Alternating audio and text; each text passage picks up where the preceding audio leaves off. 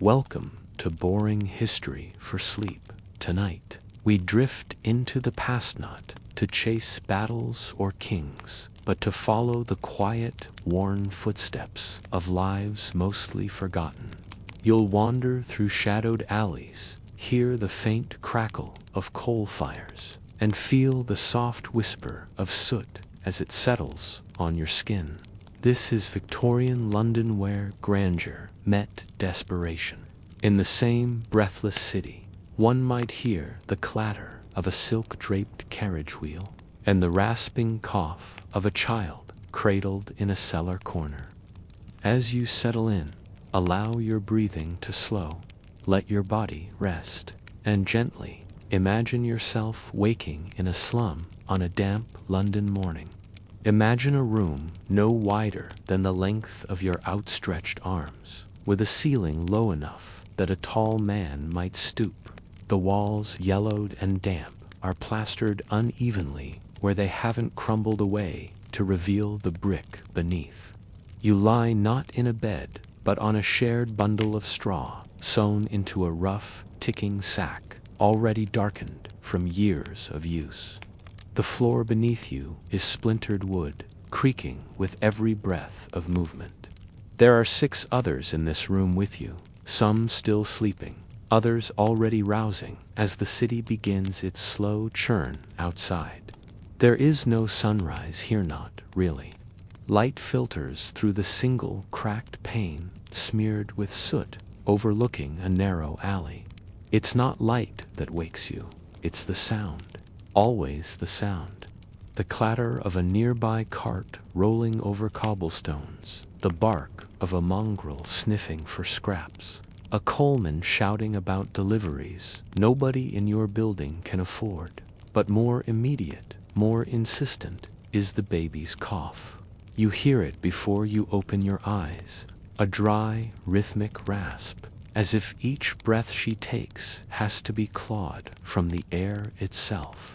Her tiny lungs are no match for the dust and smoke that clings to everything here. Someone mumbles in the corner, your mother, likely. She hushes the child in a soft, broken voice, singing a hymn under her breath. The tune is familiar. It's the same one she sang when your youngest sister died 3 winters ago. You do not think about that now. There is no real privacy in a room like this. Each person's needs, sleep, hunger, pain are witnessed by all. The old man who lodges with you stirs and coughs, then winces as he sits up. He's lost 3 fingers to frostbite. He covers the stumps with a cloth that he rewinds each morning, slowly, deliberately. A child to your right, your brother, no more than 6, sucks his thumb in sleep, clutching a scrap of fabric he calls a blanket. The smell in the room is always the same, a damp musk from the rotting floorboards, human sweat, the faint, acrid sting of old urine in the corner pail that hasn't been emptied in 2 days, and smoke, always smoke. Even when the fire hasn't been lit in hours, it clings to clothes, to skin, to everything. You breathe through your mouth and try not to gag. You do not rise all at once. There is no rush, but also no reason to linger. There is no warm tea waiting, no basin of clean water. If there's water at all, it comes from a spigot in the yard shared by dozens, sometimes frozen over. The soap is nearly gone. You might rinse your face with a damp rag, using the corner with the least visible filth. Your hands are already gray beneath the fingernails, and nothing short of lye will change that. Dressing takes no time. You sleep in your clothes because they are all you have. The linen shift beneath your skirt has thinned to translucence. Your boots, if you have them, pinch the toes and leak at the heel. If you're lucky, someone passed down a second petticoat last week, which you now layer against the cold. The shawl you wear was once patterned, maybe floral. Now it's a soft, formless gray, but it's warm. and that's what matters. You glance at your brother. He's awake now, wiping his nose with a sleeve already stiff from use. He's small for his age, sickly, not from one illness, but from a lifetime of poor air, thin food, and too little rest. Your mother is already wrapping the baby in the last clean cloth she can find. The baby coughs again, worse now. Your mother pretends not to notice the red in her spit.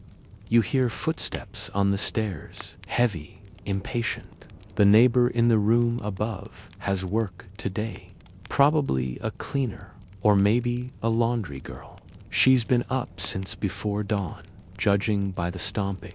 There's no insulation between floors. You hear everything: arguments, coughs, muffled sobs, even more intimate sounds. Privacy, again, is a luxury no one can afford. Sometimes you can smell someone else's breakfast.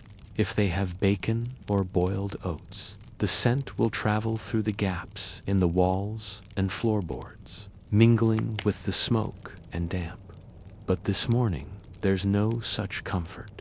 Your own stomach growls, but you ignore it.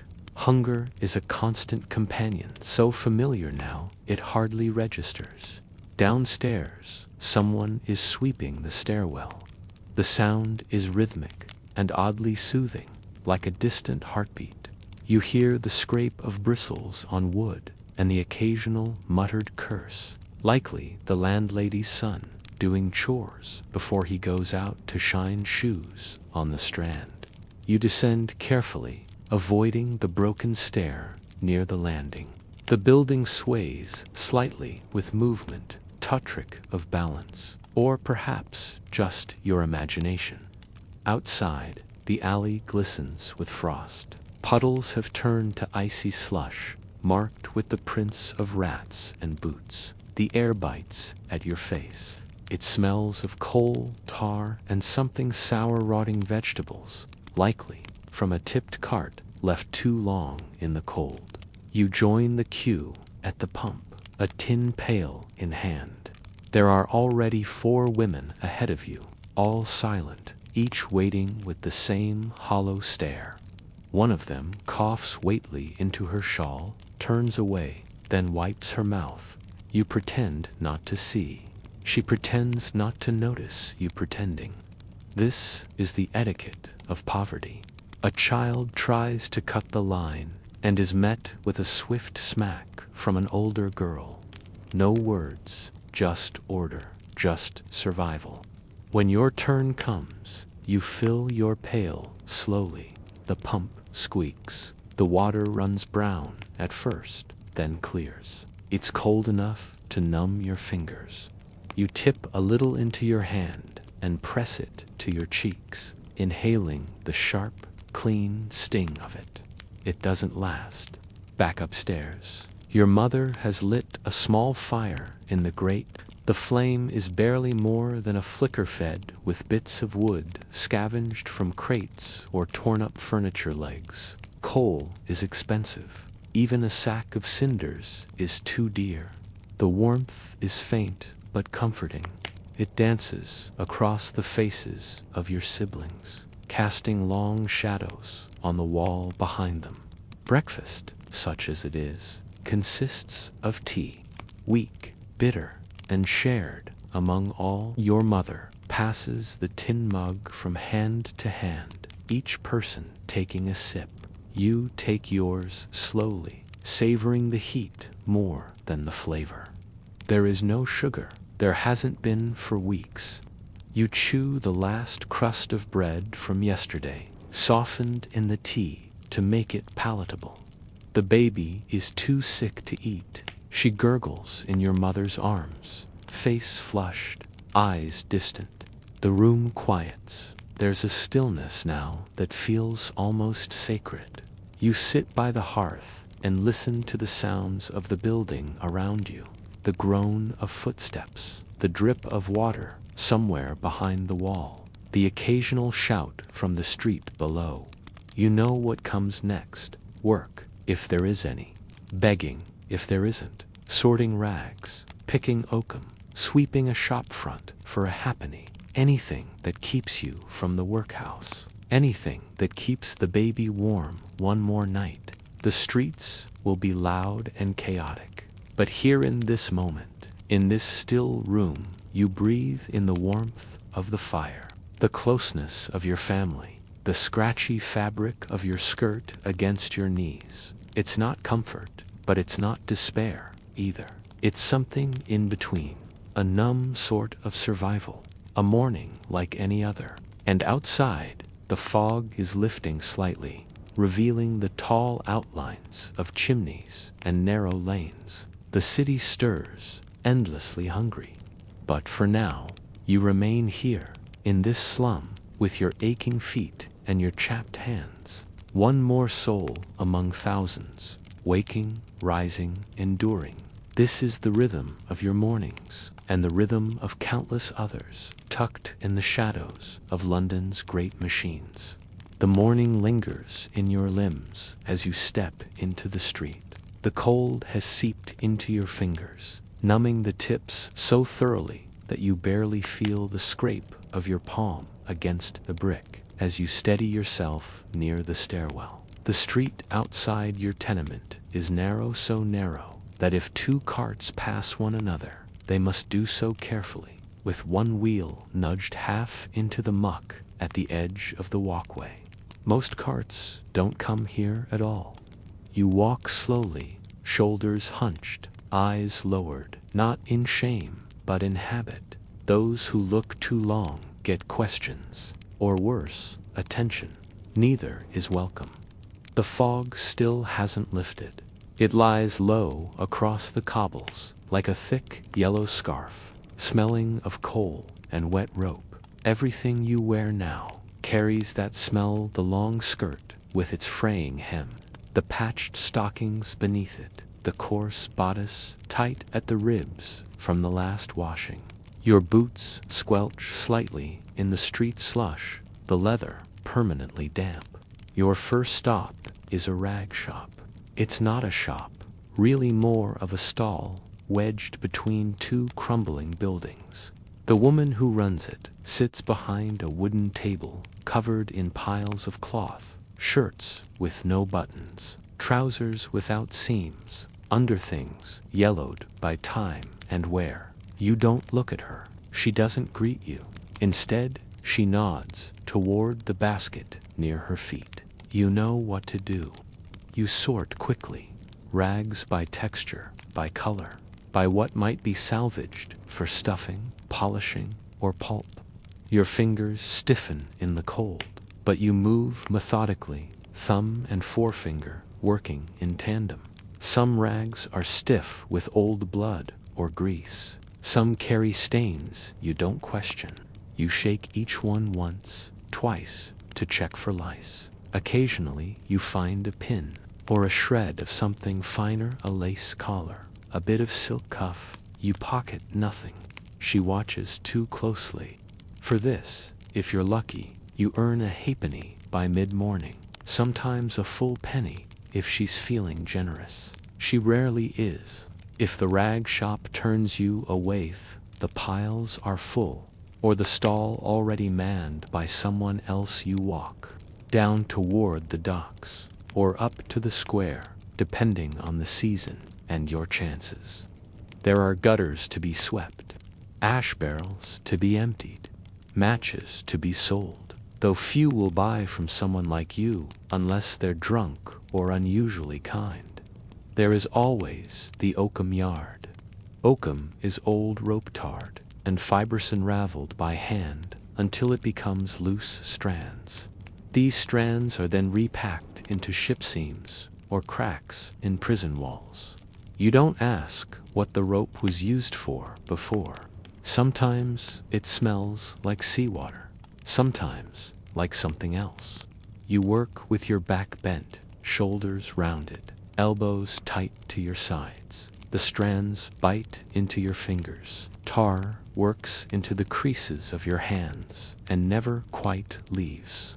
Even after scrubbing, your nails are black at the edges, the skin beneath them aching.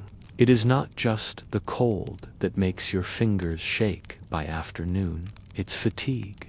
You are tired in a way that lives in your bones, the kind of tired that dulls hunger and mutes thought.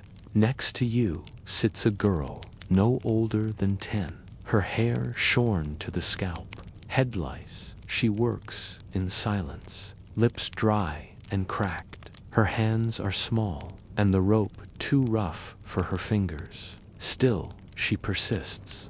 One of the boys nearby sings under his breath, a tavern song, something vulgar, though he's barely old enough to understand the words. The overseer shuffles by now and then, a cudgel in hand. He rarely needs to use it.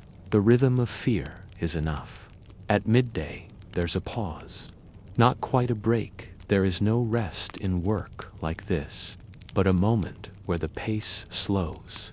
You sip water from a tin flask passed around by another girl, its rim dented from a fall. The water tastes of iron and something faintly sour. Still, it's better than nothing.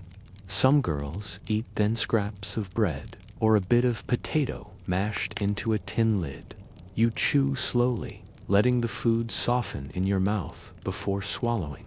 It's dry, but it helps. You do not speak. You conserve energy, and there is nothing new to say. By afternoon, the light begins to fade, not because the sun is setting yet, but because the soot in the air thickens. Coal is burned all day in London, in every fireplace and factory. As more people rise and more chimneys belch smoke into the sky, the city grows darker. The light becomes jaundiced, dim, and sickly. It casts strange shadows across the walls of the workyard. You stretch your fingers every so often, rolling your shoulders to ease the ache. Your stomach groans again, louder now. You can almost ignore it. Almost. Sometimes, if work is slow or unavailable, you walk the streets with matches in your apron, calling out gently. Matches 1 a penny, 2 for tuppence. The streets are crowded, not with wealth, but with other sellers' girls holding trays of flowers, boys with boot-blacking kits slung over their backs, beggars with twisted limbs stretched out toward passer-by. The police patrol slowly they don't stop you unless you're loud, unless you speak back.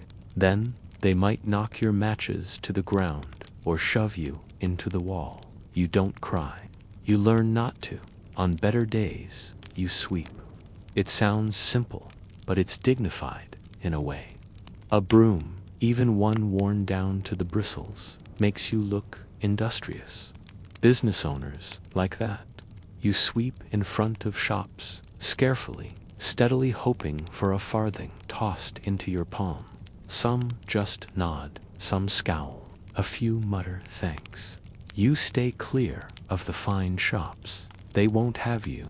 The well-dressed women there walk fast, their faces turned away, skirts lifted above the grime of the street. They smell of lavender and starch, of warm homes, of distance. You avoid eye contact. The day winds down slowly. The sun, if it showed at all, has long vanished behind the factories and rooftops. A chill returns. The mist thickens. You pass others on the street as you walk home. A man singing to himself, bottle in hand. A woman clutching a baby and a sack. Boys clustered near the alley, sharing something in a bottle. You walk quickly, not because you're afraid, but because your legs are growing stiff. If you stop too long, you might not move again. Back at the tenement, the stairs groan as you climb. The hall smells of boiling cabbage and something burnt. A neighbor is fighting behind a door sharp. Words, then silence. You pretend not to hear. Inside your room, it is nearly dark. Someone has lit a candle. The flame flickers, casting long shadows on the damp wall. Your mother has returned from her own work, likely washing. perhaps scrubbing steps. Her hands are red to the wrist. Your brother lies curled beneath a coat. The baby is asleep, or nearly. You sit by the hearth. Your hands throb. You flex your fingers slowly, watching the candlelight reflect off the tiny cuts at the knuckles. They will scab over, they always do. You eat what there is, a bit of broth, a crust softened with water. Your mother hums again, that same hymn. You lean back against the wall. The cold presses through your clothing, but you're too tired to move. The room grows quieter. Someone outside begins to sing. A woman's voice, high and slow, drifting up from the alley.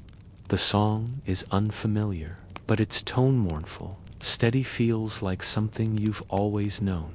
You rest your head against your knees, eyes heavy, muscles slack, and tomorrow you'll rise again, to sort rags, to pick oakum, to sweep, to walk the same streets, to wait for a kindness that rarely comes, to live one more endless day. By the late 1800s, the shape of London had changed. Railways crisscrossed its vast expanse, like the veins of some industrial beast pulsing with smoke and steam. Gas lamps lined its grandest avenues, flickering to life each evening with a sigh of light. Newspapers printed daily, their headlines filled with empire and invention. London was the beating heart of the world's most powerful empire. But behind the grand facades of Parliament and polished marble banks, other streets told a quieter truth. And Charles Bouthan, unlikely reformer, chose to walk them. Imagine him, a man in his early 40s, formally dressed, his gait precise but unhurried. He carries a small notebook in one hand, a walking stick in the other. He is not a politician, not a preacher, not a policeman. He is, at his core, a businessman, a man of numbers. But as he walks through slums, lodging houses, alleys where even the gas lamps dare not linger, he is not counting profit, he is counting lives. Booth's journey began with a simple challenge to acclaim. The newspapers and Parliament debated the extent of London's poverty, and many believed that only a tiny fraction of the city was destitute. 10%, perhaps, an unfortunate minority, but nothing alarming. Booth disagreed. He believed the truth was worse, much worse, and he decided to prove it, not with pamphlets or speeches, but with something unusual for his time: data, hard, deliberate observation. With a team of investigators, many of them women, others drawn from the clergy, the police, or academia, Booth began an ambitious project to walk every street in London, not just once, but often, not to pass through, but to pause, to observe, to ask. His team did not knock on doors unannounced. They worked alongside school inspectors, clergy, and social workers. They took notes on dress, occupation, income, number of children, the presence of a fireplace, or lack of one, whether the father drank, whether the children went barefoot. Quietly, steadily, they gathered what no one else had: a map of misery. They called it a descriptive map of London poverty, but it came to be known simply as Booth's poverty map. At first glance, it looks like a colorful street map, a rainbow of hues bleeding into each other, like a watercolor left too long in the rain. But each color has meaning: deep blue for the destitute, lighter blues for those struggling with irregular work, purple for the respectable poor, red for the comfortable working class, yellow bright, unyielding yellow for the wealthy. And what struck people most, what made the map unforgettable, was how tightly these colors lay together. In one square, you might find a yellow row of houses, elegant and neat, their front steps scrubbed clean each morning by servants in gray aprons. Just across the alleyways, 20 feet away the street turns blue. The buildings sag inward. Windows are cracked. Children sit on the steps with vacant eyes and empty stomachs. The only wall between wealth and want is brick and silence. For the first time, the contrast of London was visible not in anecdote or opinion, but in a physical map. It was uncomfortable. It was undeniable. Booth walked the slums of Whitechapel, the rookeries of St. Giles, the soot-covered rows of Southwark and Lambeth. He passed under railway bridges where families lived in makeshift huts. He catalogued rooms where 10 people slept on the floor, where tuberculosis breathed through the air like smoke from the hearth. He noted the smell of unwashed bodies, the coughs, the hollow cheeks, the stories whispered by mothers too tired to plead. But Booth did not only record poverty, he also recorded endurance. He saw girls polishing boots outside taverns for pennies, boys selling watercress in paper cones, families taking in laundry until their fingers cracked. He documented churches offering soup, schools lit by oil lamps, reading rooms where factory workers tried to learn to write their names after nightfall. He saw not just the suffering of poverty, but the structure of it. How a man might work every day of his life and still fail to afford a coat for winter. How a woman might scrub floors until her back gave out and yet never save enough for rent. How whole blocks seemed trapped in a system of endurance with no escape. The effect of the map was slow but profound. Parliament could ignore speeches. The wealthy could ignore beggars on the street. But a map could not be turned away from. A map said, "Here is your street. Here is the alley just behind your club. Here is the school your servants' children attend," it said. "You are surrounded," and it said it calmly, without accusation, without rage, just colored lines on paper. But it was enough. Newspapers wrote cautiously about Booth's findings. Some praised his methods. Others criticized his moral classifications, his division of the poor into those deemed deserving and undeserving. Booth had his biases, as all men did, but the data remained. The map traveled. It was displayed in town halls. Lectures were given. Debates held. Some in power were shaken, others hardened. But none could pretend they hadn't seen. Booth's work did not end with the map. He compiled his notes into volumes, dozens of them, called Life and Labor of the People in London. Each chapter quietly devastating in its detail. There are no dramatic scenes, no literary flourishes, just steady, measured reporting. Rent prices, family structures, average wages, illnesses noted by street. One entry reads, "A family of 8 share one bed. The children sleep at the foot. The mother has taken in mending. The father is out of work. There is no fireplace. The floorboards are broken.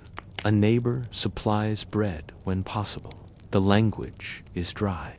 The effect is not." Over time, Booth's work influenced policy. His findings helped justify school meals for poor children. His statistics were cited in debates about pensions, workhouse reforms, and housing legislation. His calm persistence forced the city to look at itself. But still, for many, life did not change overnight. The slums were not demolished. The fog still rolled in. The water still ran brown. But now there was a record, and records, unlike rumors, endure. Booth's map remained, pinned to walls, folded into books, reproduced in classrooms. It became a quiet testimony to how closely lives could run side by side without ever truly touching. How marble staircases and rotten floorboards might be separated only by a fence or a street name. If you were to look at Booth's map today, you might still recognize the city. The names have not changed: Soho, Clockenwell, Whitechapel, but the colors tell another story. Some areas have gentrified, their yellows spreading like gold leaf across the paper. Others remain tinted blue, the struggle persistent, if modernized. Poverty evolves, it does not vanish. Booth died in 1916. By then, much of his work had been forgotten by the political class, swept away by the urgencies of war. But his legacy, quiet, detailed, relentless, has returned in time. Historians cite him not just for what he recorded, but for how he recorded it, calmly, repeatedly, with the patience of a man who understood that systems do not change by shouting, but by showing. The map, with its bands of color, still breathes, not in sound, but in memory, in the way it allowed the city to see itself not as it wished to be, but as it truly was. And in that seeing, a turning point began. The map was drawn, the truth was shown. And still, for those in the slums, not much changed, not immediately. Because the machine of reform, like the city itself, moved slowly. The year is 1901. Queen Victoria has just died, after 63 years on the throne. The black mourning crepe that drapes the city feels oddly familiar, almost comforting in its permanence. But beneath that veil of grief, another mood lingers, an anxious breath half held. London stands on the edge of something, and yet, for the poor, it still feels like the same fight in different weather. You wake in the same room, the same damp corner, the same cough from the baby in the night. But now, somewhere beyond your street beyond, even your district men in Parliament are speaking, using words like social reform and public health and slum clearance. You do not hear them, but their echo, faint and slow, begins to reach you. It begins with the children. After years of quiet pressure from voices like Charles Boothson, those who came after him, Parliament begins to act. A new law is passed. In 1906, school meals become legal, not required, not universal, but allowed. Local governments are given the choice to feed children who come to school hungry. Some embrace it, others resist. But in certain parts of London, a child can now receive a hot meal at midday, bread and stew, perhaps, or milk and pudding. It is modest, but it is nourishment. For a child like your brother, thin, silent, eyes ringed with sleeplessness, is the difference between fainting and learning. Soon after, attention turns to housing. By now, the worst of the slums have names that echo like warnings. Devil's Acre, Jacob's Island, St. Giles. These names appear in newspapers, in sermons, in parliamentary reports. They are places of legend and shame. New building codes are passed. Housing inspectors are hired. Landlords, once free to cram as many bodies as they liked into crumbling buildings, are now, at least in theory, required to meet standards. Ventilation, fire escapes, sanitation. On paper, it is progress, but enforcement is sporadic. Corruption is common. Some buildings are closed, only to be reopened under different names. Others are simply ignored. And so, while new flats rise in parts of London cleaner, brighter, built with courtyards and privies and windows that open, the old buildings remain too. Quietly, defiantly, they sag inward, packed full of lives, too poor to move. The workhouse, meanwhile, endures. Though its rules have softened slightly, its shadow still looms large. For those unable to work, it remains the final option. The poor law, passed decades earlier, is still the framework that governs aid. If you cannot feed your children, you may be offered shelter, but only if you surrender them to a separate children's ward. Husbands and wives are separated. Dignity is a rare luxury. The uniforms itch, the silence is thick, the food is bland, but it is food. And so people avoid the workhouse unless they are desperate, and when they enter, they rarely speak of it again. Meanwhile, public health reform gains ground. London's air is still thick with soot, but its water is cleaner than a generation ago. Sewer systems have expanded. The River Thames, once choked with human waste, runs marginally clearer. Doctors begin to speak of germs, not miasmas. Nurses are trained. Hospitals expand. The poor, once blamed for their own illness, are now shined by Suma's patients. Not all, but some.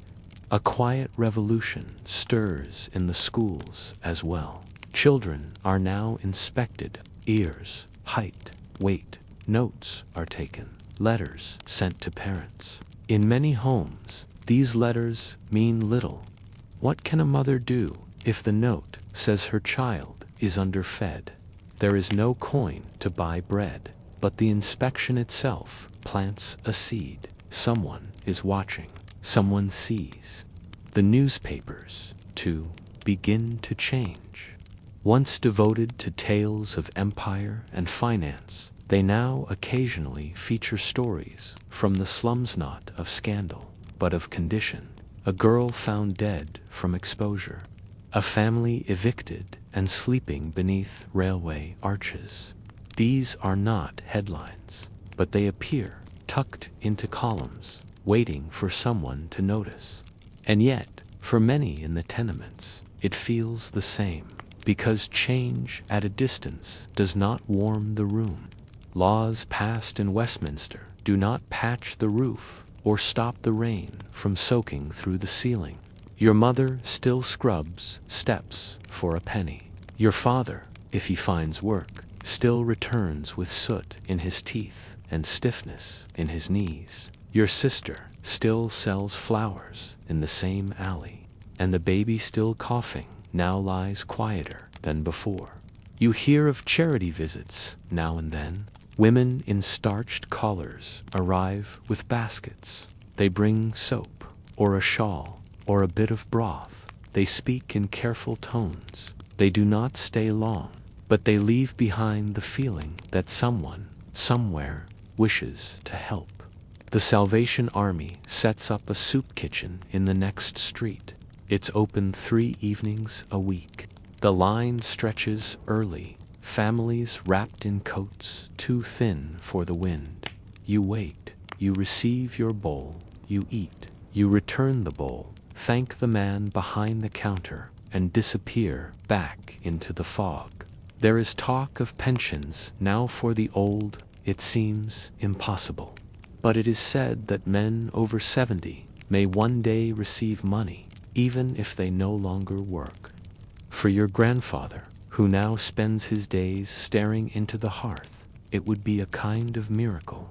But again, it is talk, not bread, not firewood, not boots. For the social reformers, these years are ones of progress. They cite statistics, draw graphs, speak of rising wages and improved housing. They do not feel the wind through the broken window at night. They do not lie awake counting the days until rent is due. Still, the streets do begin to shift. The gas lamps burn more steadily now. Some streets are paved with stone. A few buildings are raised, and in their place rise blocks with iron railings and numbered doors. They are called model dwellings, clean, regulated, intended for families like yours. But the rent is just high enough to exclude you, and so change continues, but unevenly. One tenement is repaired, another burns. One child receives a pair of boots, another loses a toe to frostbite. One family moves to better rooms. Another is turned out into the street. Progress marches forward, but slowly, and for many, it marches past. And yet, something has shifted. Where once the poor were invisible, now they are measured, observed, recorded, sometimes even believed. The language of blame softens slightly. Where once the slum was seen as a moral failure, it is now by some social, problem-solvable, addressable, human. And perhaps that is the truest legacy of Booth's map.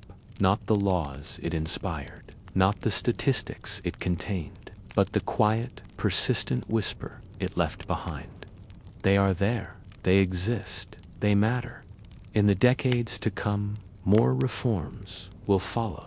The welfare state, national health care, public housing on a massive scale. But, for this moment, you still wake in the same narrow room, still sort rags, still carry water. But you are no longer entirely forgotten. And in a city as vast and distracted as London, perhaps that is the first step. Time passes quietly in the dirt. The lives of the poor leave few written records. Their words, if spoken, were rarely written down. Their homes, if remembered, were often demolished.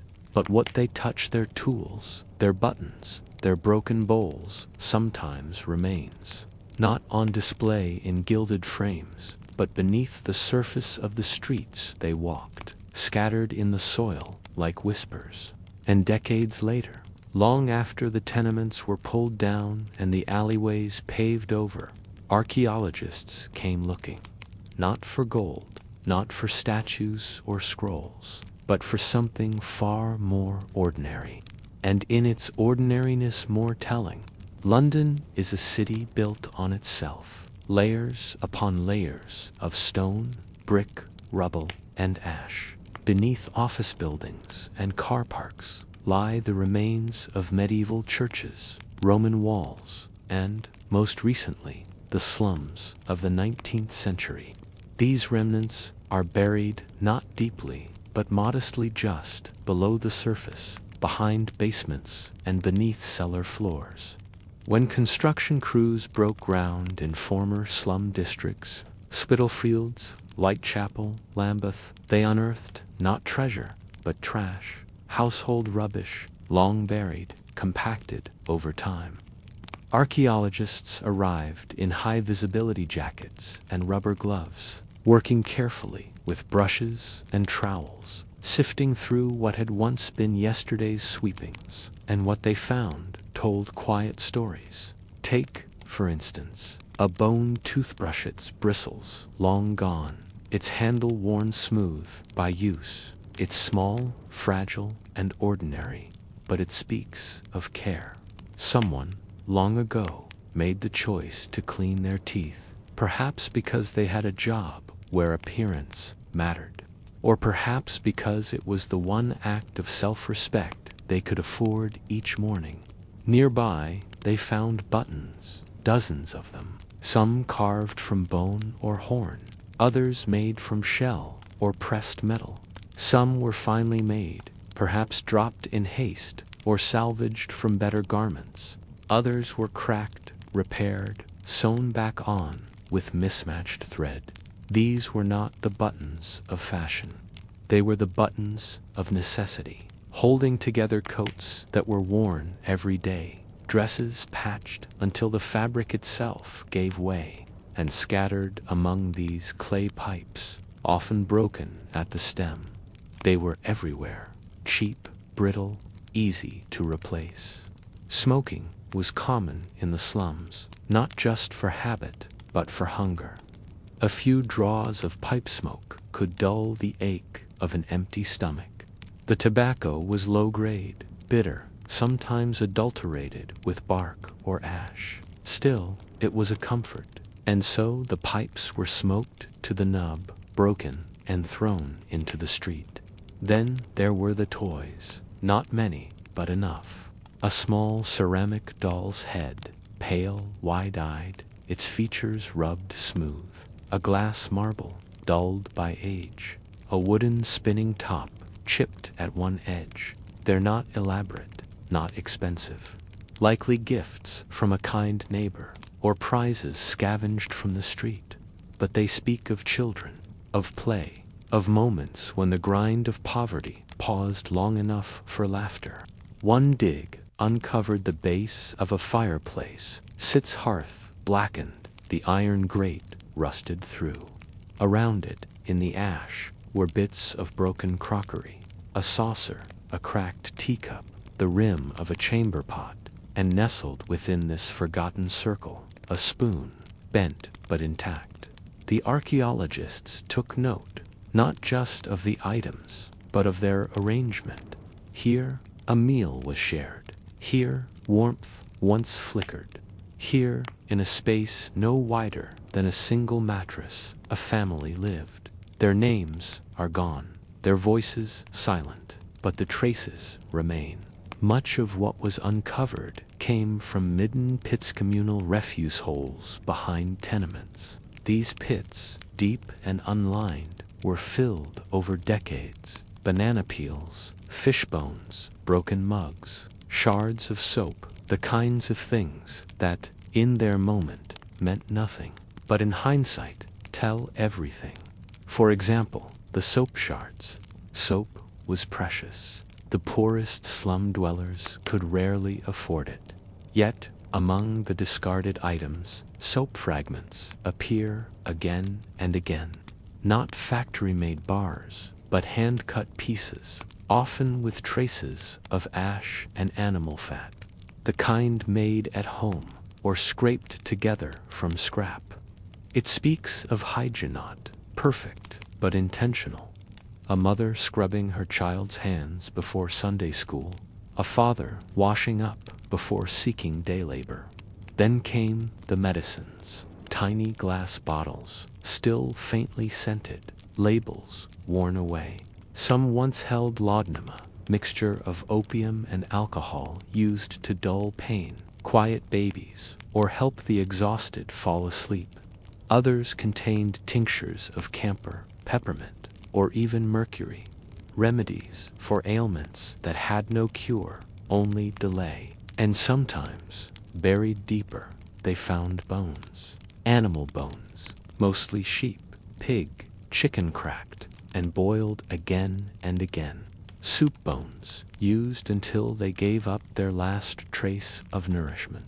Occasionally, human bones appeared too, not from graves, but from the long-vanished cemeteries that bordered the slums. Remains disturbed by time and construction, resting now beneath buildings with glass walls and automatic doors.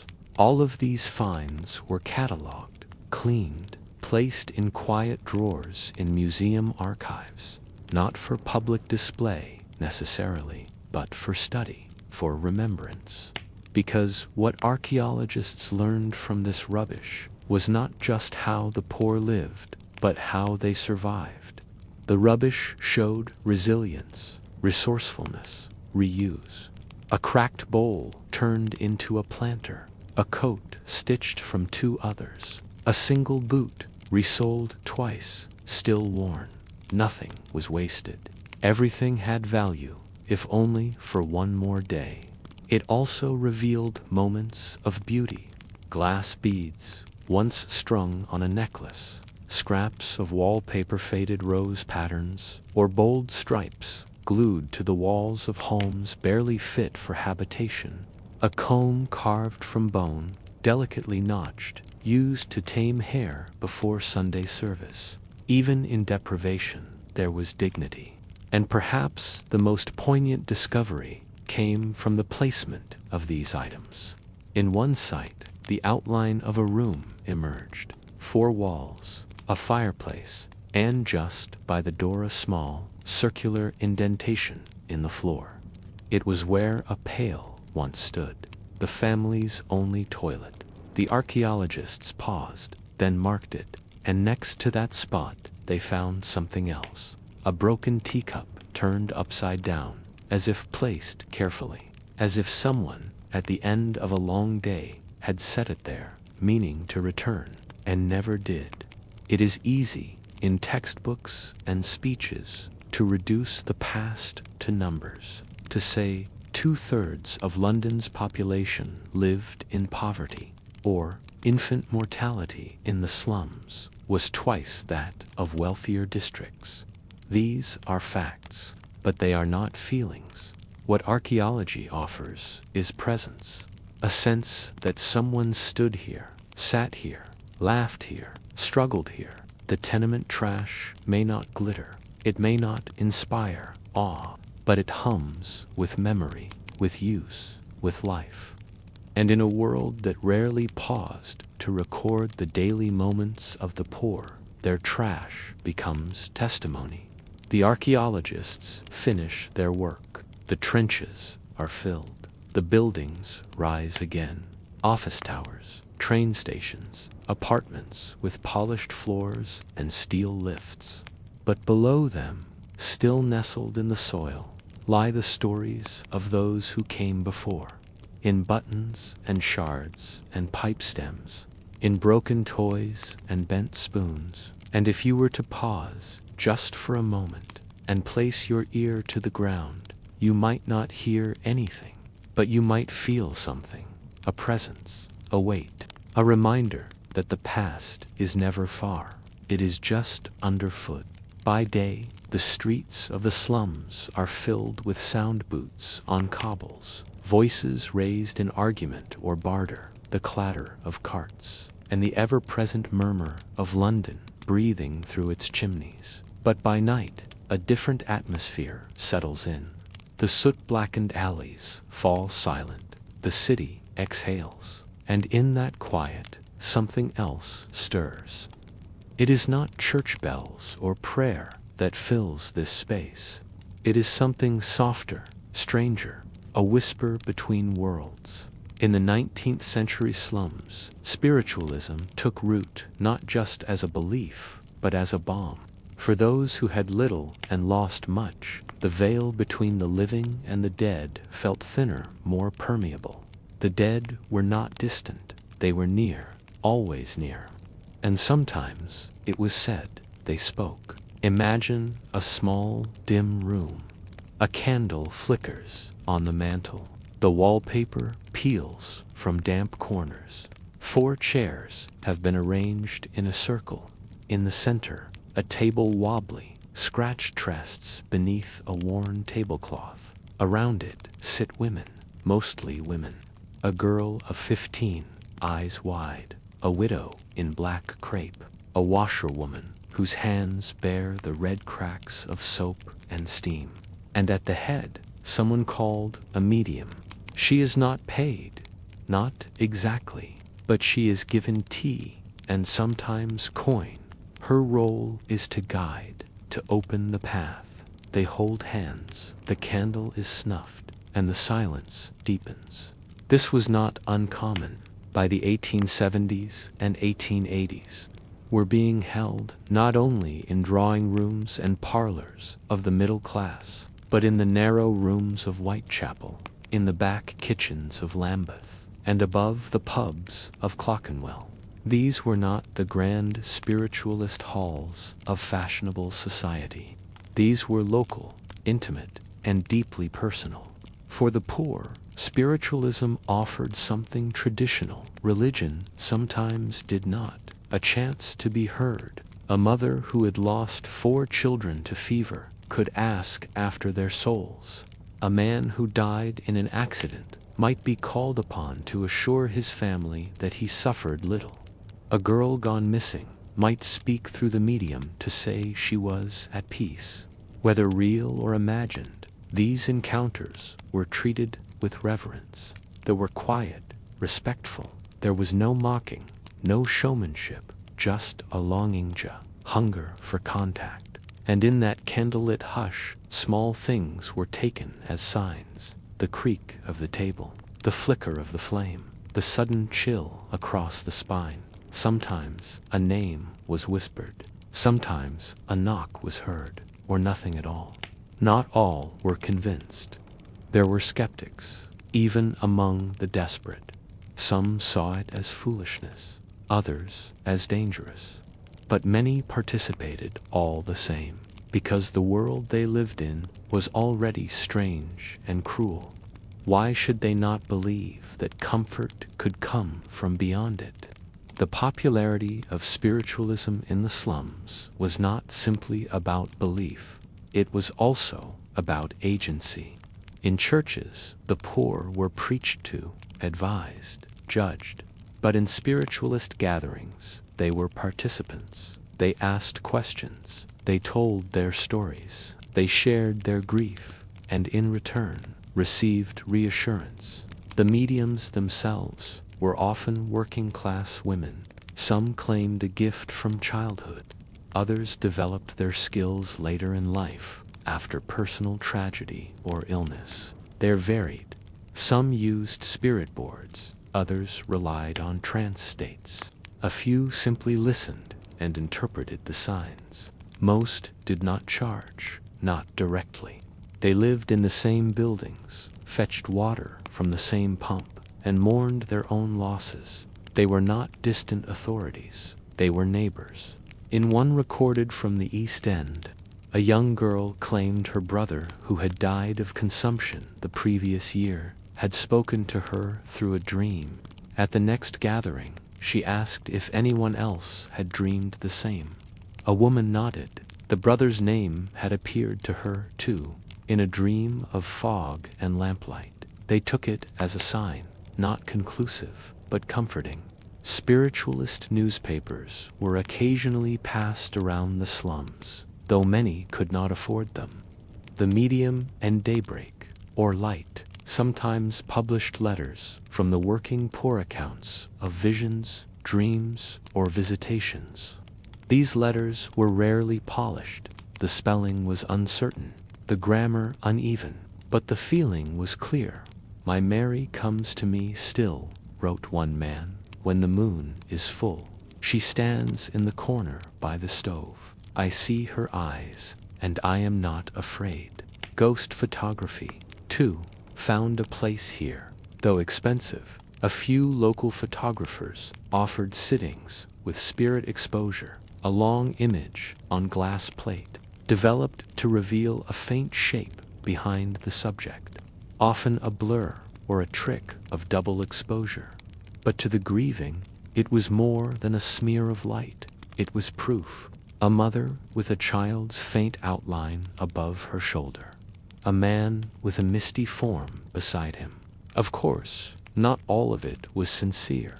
There were charlatans, fakers, men who rattled tambourines in the dark, women who whispered answers overheard through keyholes.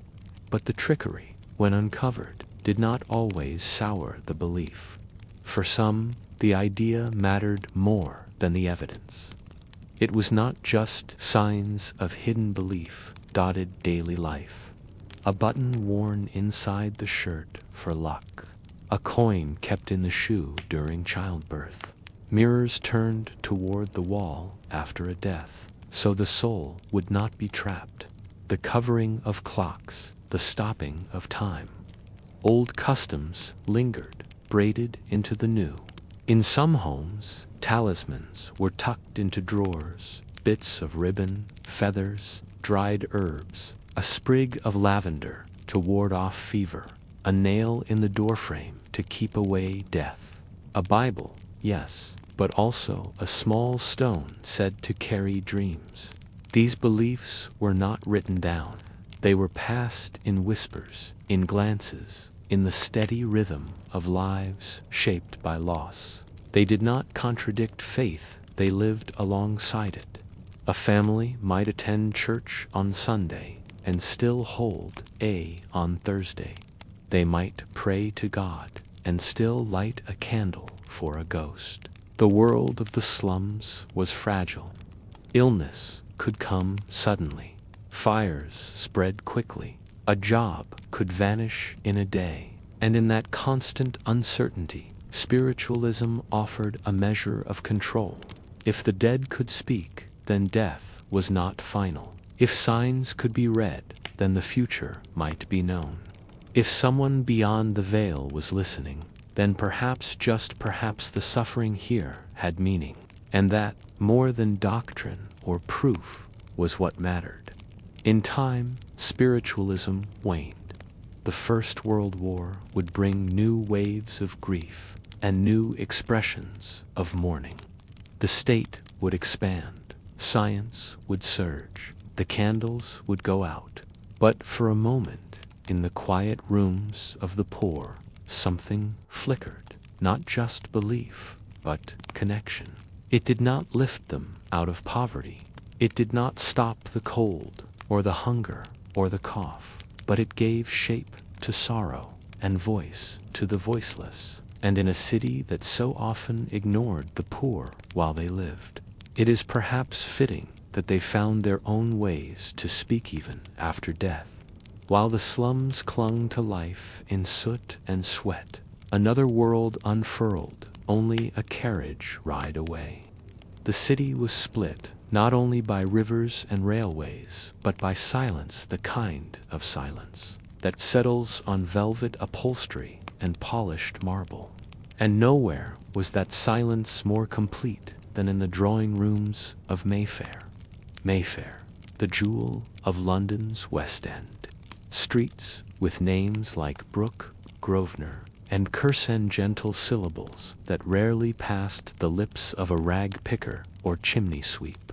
Here the air smelled not of coal smoke and cabbage, but of beeswax, fresh flowers, and imported tea. The buildings stood taller, straighter, proud in Portland stone and stucco, behind iron railings and uniformed doormen. Another rhythm of life, unfolded, manicured, and very carefully maintained. Imagine yourself stepping into one of these homes. The front door does not open for you. It is opened by someone else, a man in livery, who greets you not with words, but with a shallow bow. You step into the vestibule. The air is warm, still. A faint scent of sandalwood rises from somewhere unseen. Your boots, if muddy, will never touch the main floors. A maid takes your coat. You are not expected to carry it yourself. Then the drawing room, high-ceilinged, bright and absurdly quiet. The noise of the street wheels, shouts, hoofbeats is distant, like wind behind glass. Your steps are muffled on a thick Persian carpet, hand-knotted and deep with pattern. The wallpaper is silk, the curtains velvet, the hearth unblackened. A fire glows in the grate, not for survival, but for ambience. Above it hangs a mirror, edged in gilt. Below it, the mantel displays silver photo-frame sepia faces of serious men and pale-eyed women. A marble clock ticks softly. On a nearby side table, books are arranged, just so leather-bound volumes with golden lettering. Burke's Peerage, The Spectator, Tennyson. There is no clutter. Nothing personal is left in view unless it is beautiful. At one end of the room, a low table rests between two settees. It is laid for tea, fine porcelain, thin, floral, faintly translucent, silver spoons, curved and cool. A tiered stand offers biscuits, fruitcake, and watercress sandwiches without crusts. Everything is white, pastel, or gilded. Everything matches. This is not a place of need. It is a stage. You are offered tea by a maid in a pale uniform, neatly ironed, collar buttoned high. She moves silently, her eyes lowered. You do not thank her. That is not her role. She does not speak unless spoken to. The lady of the house, your hostess, is seated across from you. She wears gloves, even indoors. Her dress is lace, layered over satin, its color soft enough to suggest leisure, but rich enough to suggest money. Around her neck, a brooch, perhaps a pearl, perhaps something inherited. She is composed. She has been trained to appear so. You speak of travel, or weather, or the new painting at the Royal Academy. Politics, if mentioned at all, are addressed obliquely. The poor are not discussed. The poor are a concept distant and slightly. There is a piano against the far wall.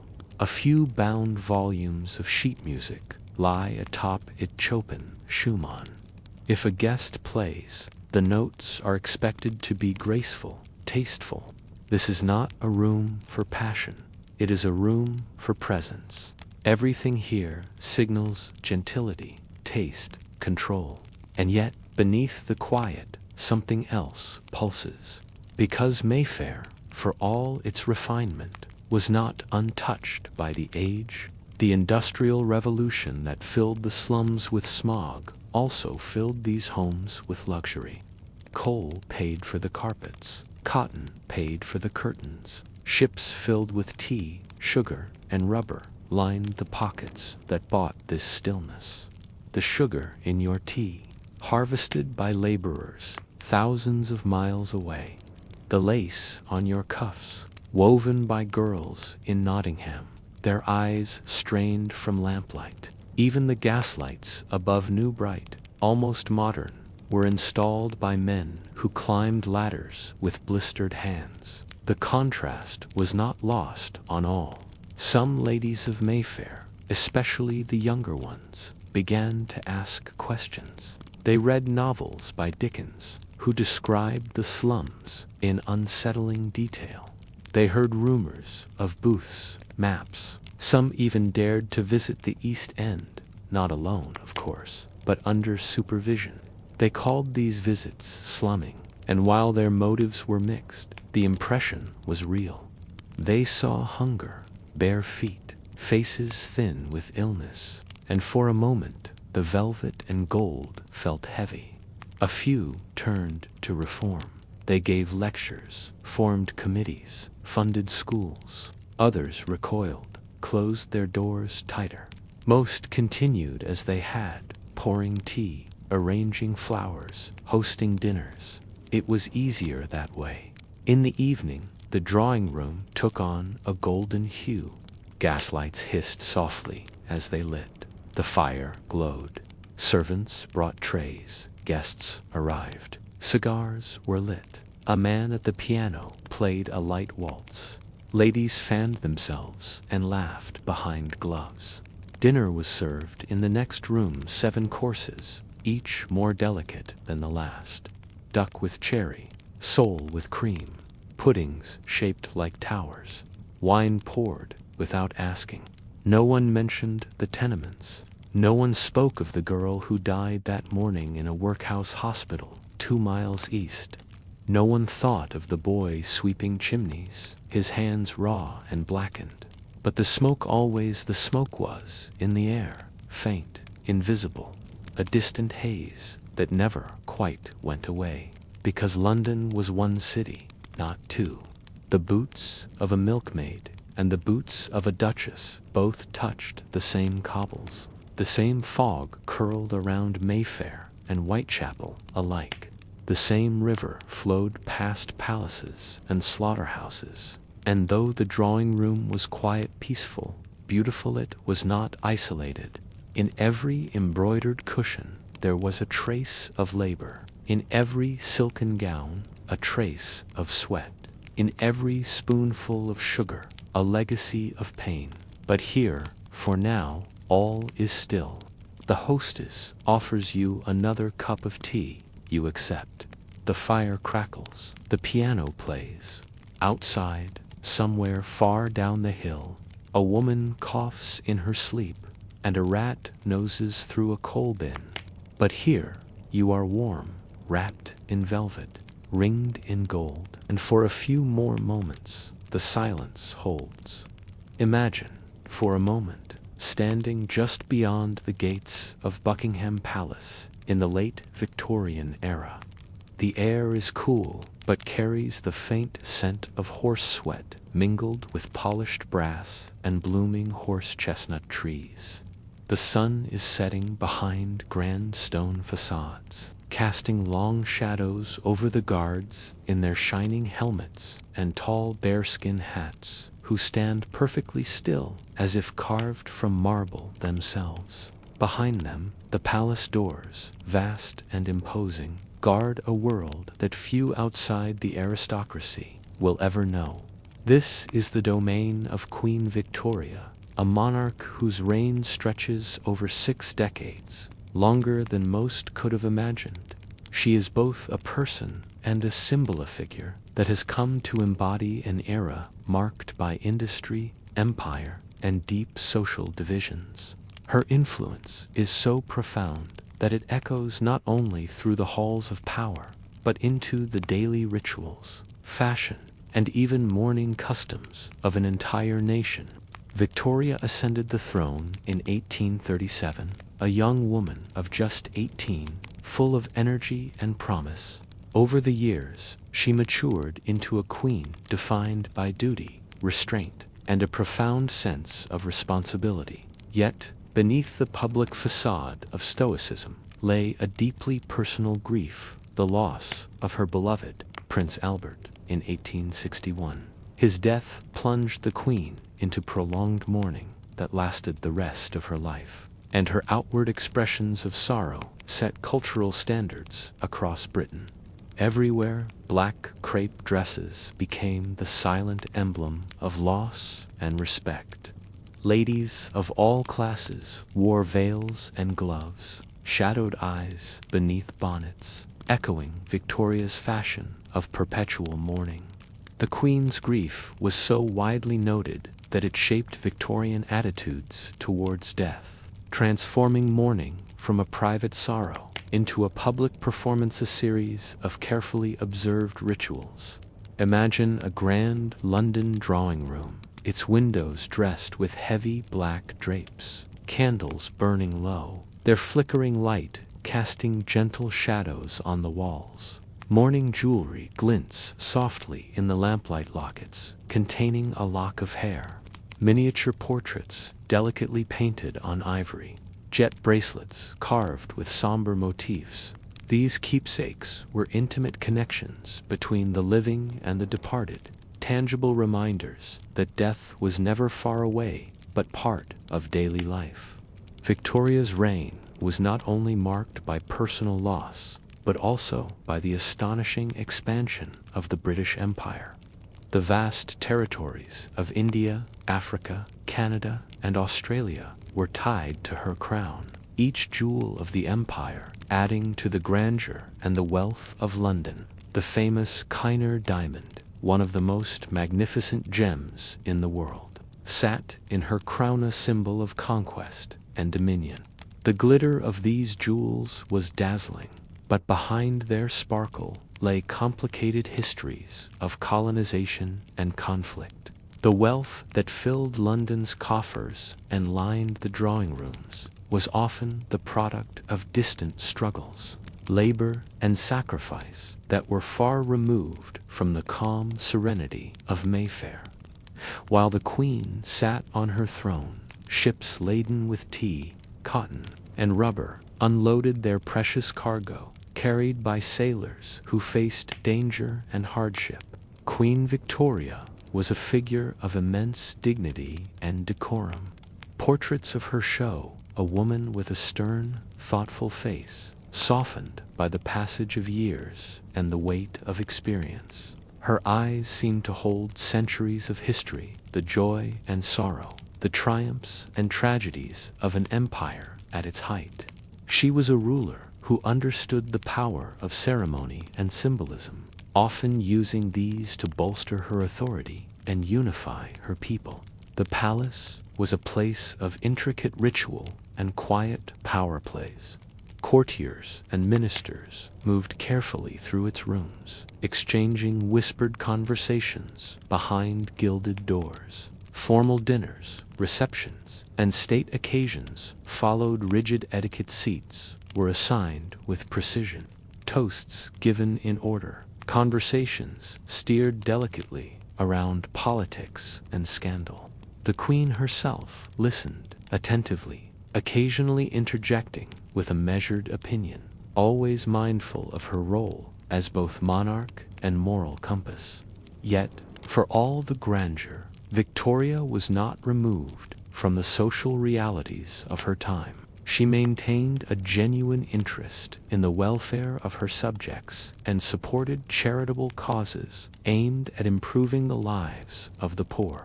However, her vision of progress was tempered by a Victorian sense of hierarchy and duty. She believed in the importance of order and tradition, often cautious about rapid social change or political upheaval. The complex relationship between the monarchy and the expanding industrial city was reflected in the lives of Londoners. The factories and railways that powered the empire also fueled the stark contrasts in wealth and living conditions. While the elite enjoyed gaslit ballrooms and polished mahogany furniture, millions in the slums faced daily struggles with disease, hunger, and overcrowding. Inside Mayfair's drawing rooms, guests spoke in hushed tones, their conversations filled with the latest art exhibitions, literary works, and political developments. Yet the realities of the East End were often carefully avoided or relegated to distant gossip. The poor were, at best, a subject for charity or moral instruction. At worst, they were invisible. Despite this, some members of the upper classes began to acknowledge the vast disparities. The publication of Charles Booth's poverty maps, which laid bare the extent of deprivation in London, shocked many. Young women from wealthy families sometimes undertook charitable visits, known as slumming, to witness conditions firsthand. These visits could be unsettling, revealing a world so different from their own that it challenged their understanding of society. Victoria's own influence extended beyond the British Isles. As Empress of India, she symbolized the unity of a vast and diverse realm. The Queen's connection to India was both political and personal. Indian jewels adorned her regalia, and she took a keen interest in the customs and governance of the subcontinent. Yet the empire's reach was not without controversy, and Conflictine's prosperity was built on complex and often painful histories. In England, the Queen's influence shaped social expectations and behaviors. Her example of restraint, devotion to duty, and emphasis on family became ideals for the Victorian middle and upper classes. Etiquette manuals flourished, instructing readers on proper conduct, dress, and speech. The monarch's values permeated education, religion, and even architecture. The rituals surrounding death, mourning, and remembrance, so central to Victorian culture, served as a bridge between the monarchy and its subjects. They provided a shared language of loss and respect that transcended class, even as the realities of death and poverty remained vastly different. As the 19th century gave way to the 20th, Queen Victoria's death in 1901 marked the close of an era. The long black crape she wore was finally laid to rest, but her legacy endured. The empire she personified continued, the social structures she helped shape remained influential, and the cultural norms she embodied lingered for decades. Looking back, her reign encapsulates a time of contradictions, immense wealth and crushing poverty, progress and stagnation, empire and local struggle. From the glittering halls of Buckingham Palace to the narrow alleys of the East End, the threads of Victorian life were woven tightly together, each dependent on the other in unseen ways. And as you imagine the Queen seated in her ornate throne room, the weight of crown and empire resting on her shoulders, you can sense the complexity of an age defined by contrasts, the power of tradition, the momentum of change, the reach of empire, and the resilience of a city's people, all unfolding beneath the steady gaze of a monarch who ruled not only with authority but with enduring influence. In the quiet moments, when the palace falls silent and the lamps cast long shadows on marble floors, one can almost hear the pulse of history itself, the heartbeat of an empire, the whispers of millions, and the steady march of time.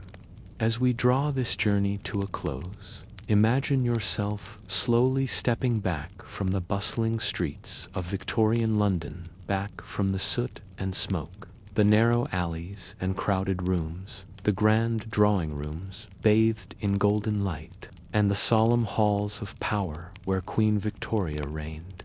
You carry with you the rhythms of a city unlike any other, the relentless pulse of lives lived in hardship and hope, of dreams whispered through of delicate china, clinking softly in velvet-draped parlors, a city of stark contrasts where misery and majesty coexisted side by side, intertwined like the smoke and fog that drifted over the Thames.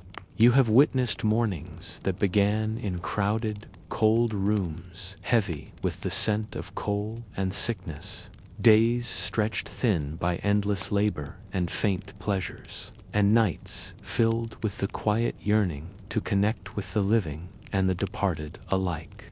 You've seen the hidden stories buried beneath the streets, the buttons and broken toys that speak of resilience, and the invisible threads that tied the lives of the poor and the powerful together. And now, as the night deepens, you can imagine the city settling into silence. The lanterns dim, the firelight flickers low, the Queen's portrait watches over empty halls.